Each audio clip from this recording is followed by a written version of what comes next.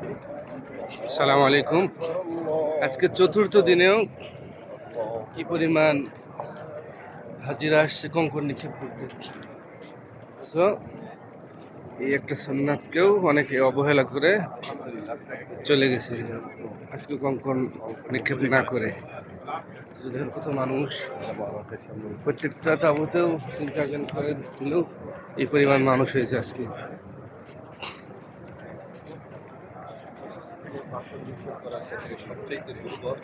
অথচ 13 তারিখেও মিনা থাকা উত্তম এবং রমি করা উত্তম, অথচ এই সুন্নতটাকে অনেক হুজুর, অনেক বাঙালি এজেন্সিগুলো আমল থেকে এগুলো বিচ্ছিন্ন করছে মানুষকে।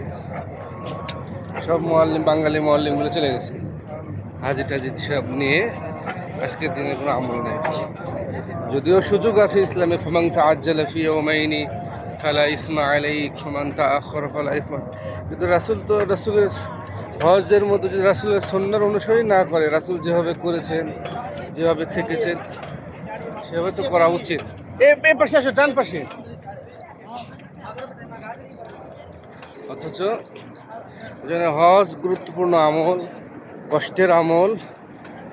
কষ্ট না করলে কি আল্লাহ দরবারে কবুল হবে? ইব্রাহিম আলাইহিস সালাম, ইসমাইল আলাইহিস সালাম, হাজেরা, তাদের স্মৃতি চারণই তো হজ।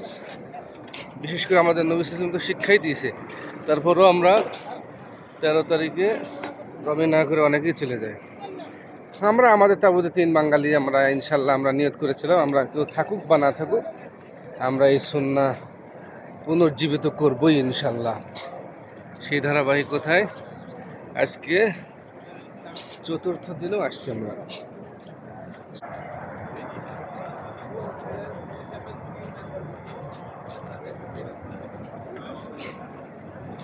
ওই যে 3 শয়তান প্রতীক, 3 শয়তানের পিলার, এইটা বড়, মাঝারি,